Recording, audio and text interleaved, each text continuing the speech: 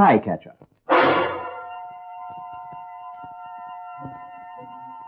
A series of true stories of the unceasing search for enemy spies in wartime, based on the memoirs of Lieutenant-Colonel Oreste Pinto of the Allied Counterintelligence Service.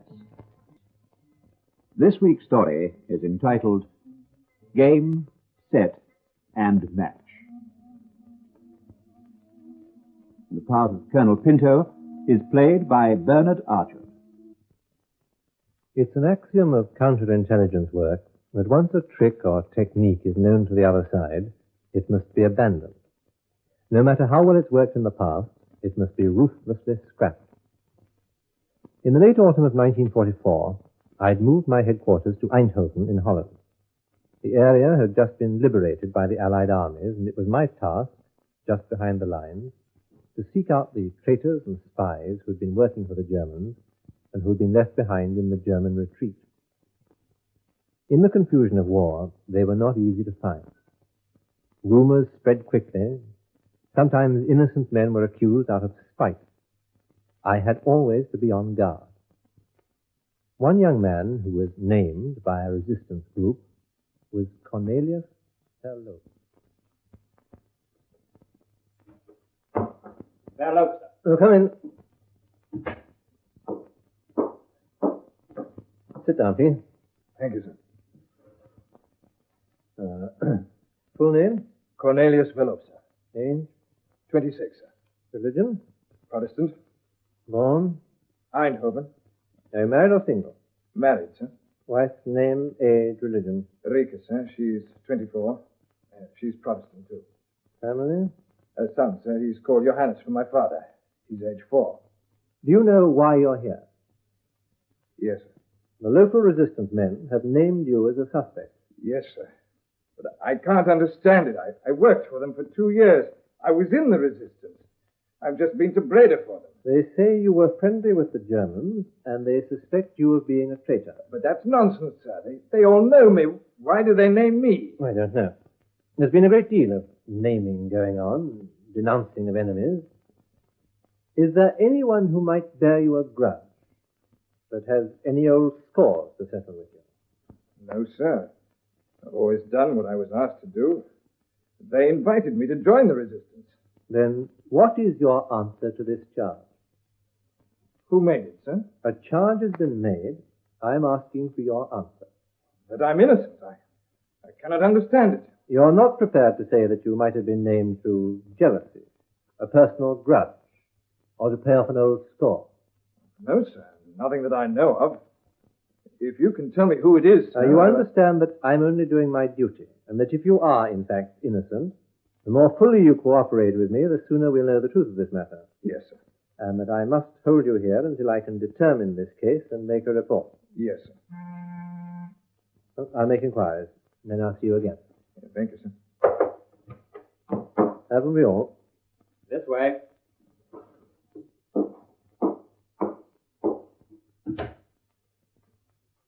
When Verloop had gone, I made an examination of his personal belongings.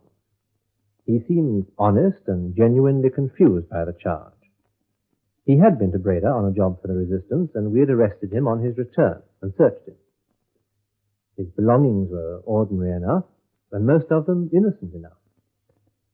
A fountain pen, a small amount of money, 2 handkerchiefs, house keys, a box of matches, a wallet containing some postage stamps, a photograph of a young woman with a baby, presumably his wife and child, an identity card pertaining to his job in a local radio factory. It carried a small photograph of him, his name and signature, and it stated that he was a supervisor, common enough in factories taken over by the Germans.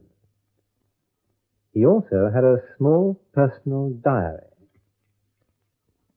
It contained rather cryptic entries against certain dates, groups of figures. Well, this sort of thing was always suspect. I wondered if the dates were important. I decided to have a talk with the resistance leader who had named him. How long have you known Perlo? All my life. He's a local lad. And how long was he with your resistance group? About 2 years. Before that, he helped us from time to time. What kind of help? He worked in a radio factory. He was a supervisor, and that was useful to us. He supplied us with valves and equipment from time to time to repair our radio sets, later to build a small transmitter. And he gave us information, told us what kind of equipment the Germans were making, and about the output of the factory, which we sent to England. Did you do any sabotage in his factory? Yes. Did he help? Yes. How? He told us when new equipment was ready and led our party in to deal with it. Once he told us of a wagon that was loaded with the new equipment, and we were able to destroy it. Why do you suspect him? Well, it was later, when he was in the group, this last year. On 6 different raids that Verloop was on, something went wrong. There was the bridge at Helmand. We had special explosives given us for that job. It was very important that the bridge should be blown.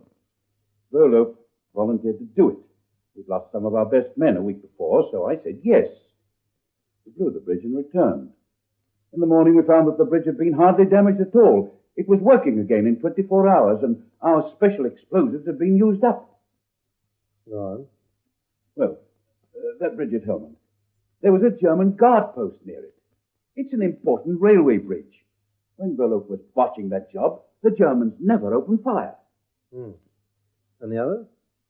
4 raids that Verloop was on. All in the past year, the Germans were waiting for us. We had casualties, but Verloop was never hit. Were you ever hit? Yes, once in the leg. During one of the raids when Verloop was not hit? Yes. But you were able to escape? Yes. Are you suggesting that because he wasn't wounded or killed in these attacks, that he's suspect? No, I don't mean that at all. You know that there are soldiers outside, British soldiers, who fought all the way from Normandy. Their units have had casualties, sometimes heavy casualties, but they have come through. You're not suggesting that they have some arrangement with the Germans? With soldiers, it is different. They're fighting a battle. In the resistance, it's 4 or 5 men pinned down. The German guards can pick almost anyone they like. Now, there was the raid at Hazer. That evening, Verloop called off. He couldn't come. And the Germans were waiting for us. They waited until we got to the railway line and opened fire. We lost 4 men. But you're not suggesting that Verloop's defection was known to every German guard in the area, that it was common knowledge even to a German private soldier that he mustn't fire at Verloop? No. Then what is the substance of the charge against him? Sir, many things can happen in a resistance group. We know that some men, not only here, but in Belgium and France too, after a year or more of danger, want to get out of it. Those who work near the Germans in a factory like Verloop can go to the Germans, tell them, and, well, then they have it both ways. They're trusted by us, and there's no danger of being arrested or captured. Yes. Yes, I know that has happened. Everything went well with us until a year ago, sir. We think it was Verloop, and we're asking your help. That is the substance of the charge. Yes. We all feel the same about it. Thank you. Hello. I've been talking to the leader of your resistance group. He tells me... Was it he who named me? I have many cases to deal with besides yours, and I have occasion to meet resistance leaders. Yes, I'm sorry, sir. I was saying. He tells me that before you joined the group, you'd done a great deal of valuable work for them. Yes, sir. Well, tell me about it. Did he tell you that at first I refused to join the group? No. Why did you refuse to join? It was at the beginning, sir. I'd been married only a year. My wife was expecting our child. I thought my first duty was to my wife and child. So when they asked me, I said no. The resistance had just started. There were plenty of young men who wanted to join. After Johannes was born, they came to me again. Who came to you? Oh, it was a friend of my family's, sir, cousin of my mother's, Jan van Hoek. He was killed in one of the raids. What did he want of you? He knew about the baby, but he asked me if I could get some radio parts from the factory to repair a radio set. I said I'd try. I got them for him. About a month later, he came back and asked if I could get some other things for them. You could do this without danger? Not without some danger. You can't do anything against the Germans without some danger. But I was then a supervisor. I could move about. I wasn't tied to the bench. So I could do it easier. any of the other workers. You offered to steal these parts and pass them on to the resistance. Yes. And when I gave them to him, I also told him of new radio sets that were being made for the German aircraft. He was interested and asked for more information about the sets, which he told me was being passed on to England, to the RAF. Again he came. It was for some parts for a transmitter. And he also said that the RAF wanted information about the output of the factory and about any new sets that were being made. You were able to get this secret information? Oh, some of it, sir. As a supervisor, I had a special pass. It was called a white pass. This pass? Yes, sir, that's it. Only certain supervisors were allowed into certain departments. It says so there. How long did you go on passing this information? About 2 years, sir. And then I told them that a shipment of new sets had been completed and was ready to go to Germany. They asked me if I would lead them into the yard that night and point out the wagon. Well, I was scared at first, but I was the only one who could lead them to it, so I agreed. They put incendiary bombs in the wagon. They knew exactly where to place them. And in just a few minutes, the job was done and we were away. I was very impressed, very pleased to have done something like that. And I decided that this was what I wanted to do, something active, something you could see. And after that, you took part in the raid. Yes. Let's talk about the last year. It was then that things began to go wrong. Yes, it wasn't so easy then. Do you know why it wasn't so easy? Well, the Germans were taking greater care. There had been so much sabotage, they put on more guards. I know that they doubled the guard at the factory. On a number of occasions, raiding parties were ambushed. Yes, sir. I was in some of those raids. In each case, the raiding party had casualties, but you were never hit. That's correct, sir. They say that you seemed to bear a charmed life. Others were killed and wounded, more and more in each successive ambush, a steady decimation of the group.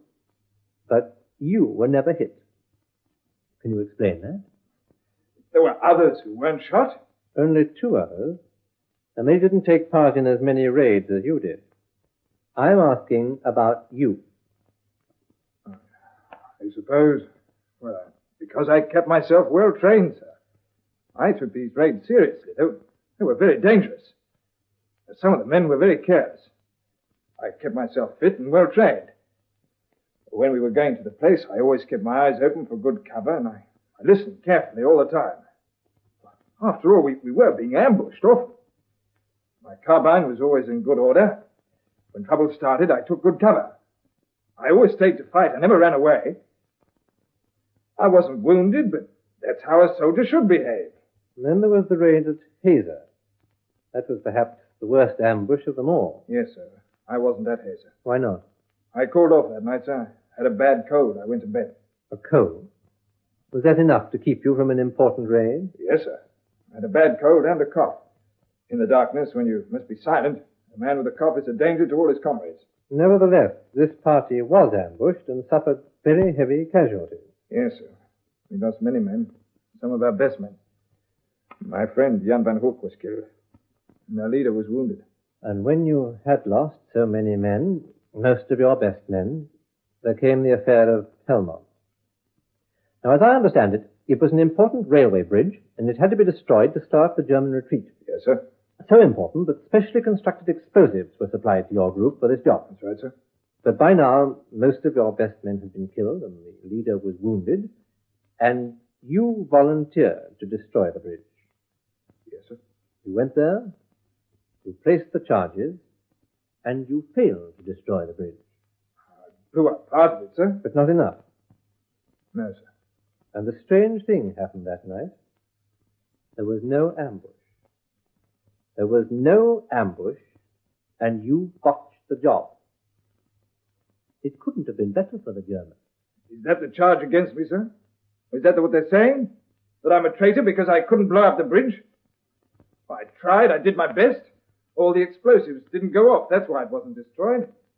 I destroyed part of it, but the rest didn't go off. Am I to die because I didn't destroy the bridge? Is that what they want? No. I don't think they want you to die for not blowing the bridge. They want you to die for being in league with the Germans. Because there was no ambush that night. But Don't you believe my story? I've already told you a charge has been made and I have to examine it. For your good as well as mine. Yes, sir. You have a cigarette? No, thank you, sir. I don't smoke. You? Oh. Well, I think we'll call it a day. If I want you, I'll send for you. Thank you, sir.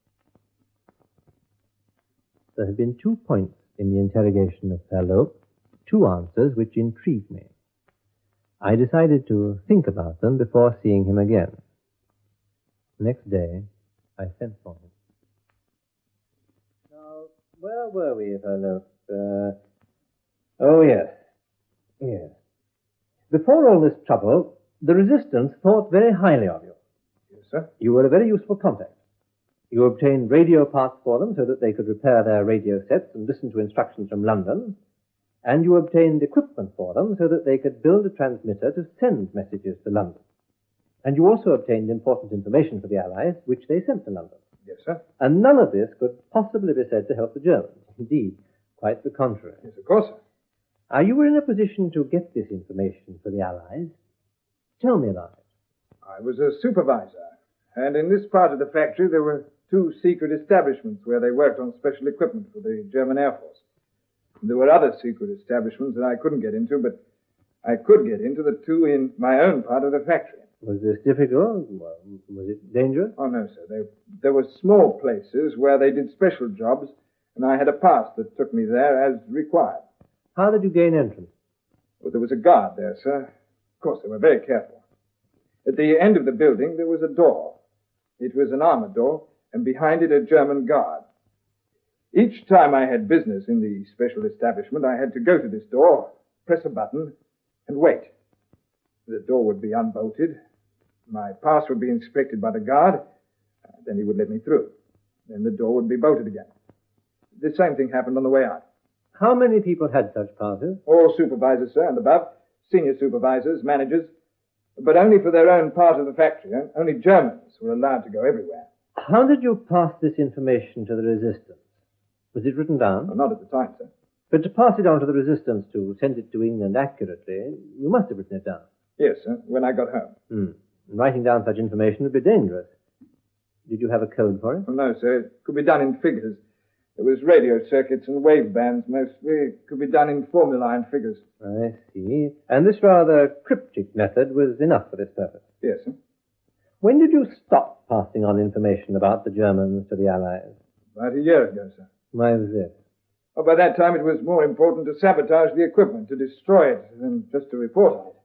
Then perhaps you'll explain to me why this year you've continued to make cryptic little notes in your personal diary. What notes, sir? I'll read them to you. Perhaps you can tell me what they mean. There are a number of them. They go back as far as March. It was about then that the ambushing began. Yes, sir. I'll choose just a few. The week of June the 3rd, you've noted 1672 150. In the week of June the 20th, you've noted 1876 245. The week of August the 18th, that was the week of the ambush at Hazer. Yes. You have notes 14998 148. And for the week of September the 2nd, the attack on the bridge at Helmond, you've noted 1672 150 535. They look like times and numbers. Yes, sir. Will you explain why this is written down and tell me what it means? Yes. May I see my diary? Certainly. Here it is. Thank you. But they're not only on the dates you mentioned, sir. There are other dates. Yes. I'm asking for your explanation. I told you, sir, that to go on a raid you should be in good health and be fit. I decided that I must be fit, and I made myself very fit. Go on. Well, these are my notes, sir. I always made a check before I went on a raid. I would do exercises, sir. I'd go swimming. These are my swimming times, running times, pulse rate, respiration, my weight, and things like that. Here, look, sir. Each month I've recorded my weight. Here, you see here, 150. You see, I wanted to know that I was fit for a job. Here, you see, is my pulse rate, 70. That's quite normal. But when you're in danger, if you're afraid, it increases. It can increase up to panic point. Now, the 16 here, you see, that's my respiration. Again, normal. I even stopped smoking altogether to be fit. Here you are, sir. You asked about June the 3rd. That was just before a raid. 16, 72, 150. Respiration normal, pulse normal, and it's not 150, sir, which sounds like a time, but 150 pounds, my normal weight. You see, I was fit. Here are my swimming times. My running Yes, all right, I accept your explanation.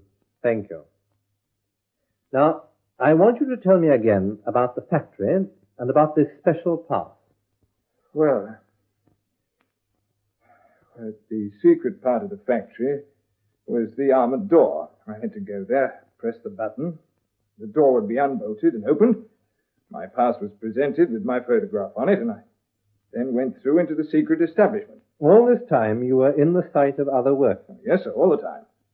You were suspected of having met with the Germans and passed on information about the resistance to them. I never met with the Germans. At work or afterwards, I was always with my own people. If I had met the Germans, the resistance could have followed me. Of course. Cigarette?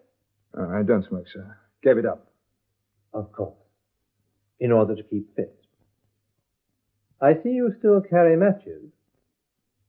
Do you mind if I use them? No.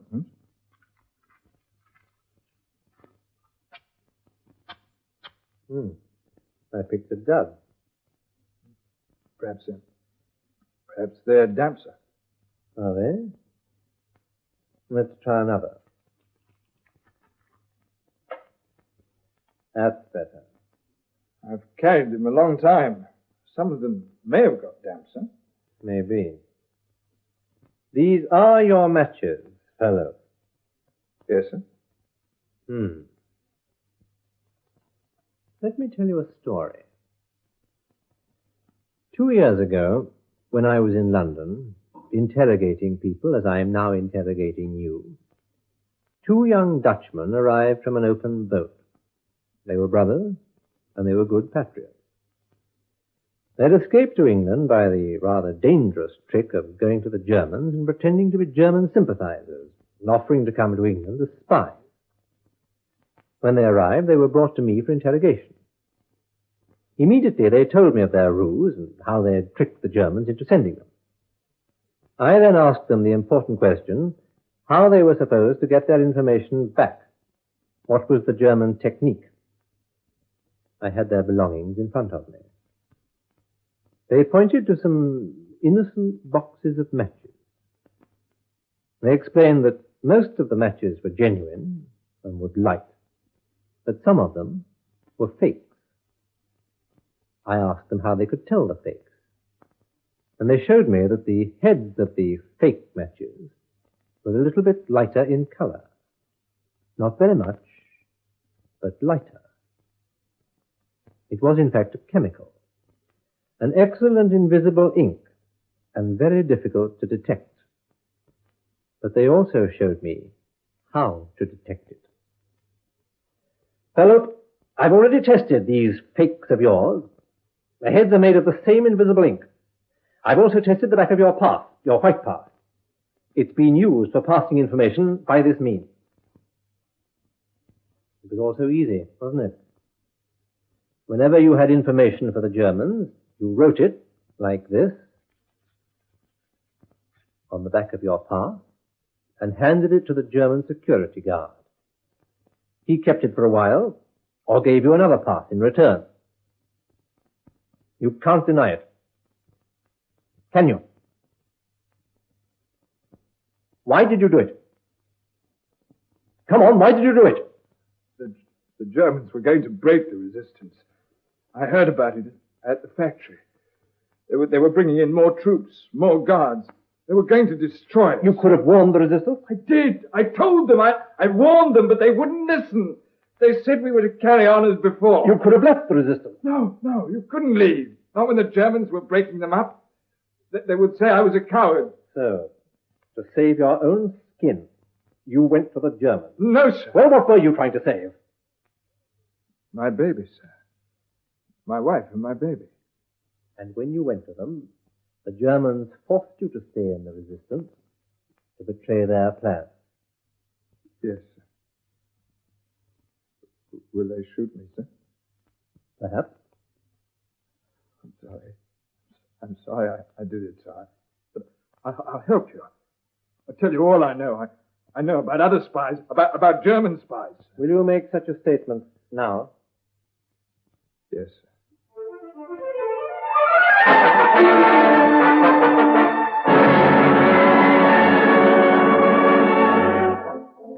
As I said, it's an axiom that once a trick, like a match trick, has been discovered, it should be abandoned. Cornelius Fallope, who betrayed the resistance, made a full confession and implicated other spies. He was tried in Holland and sent to prison for life.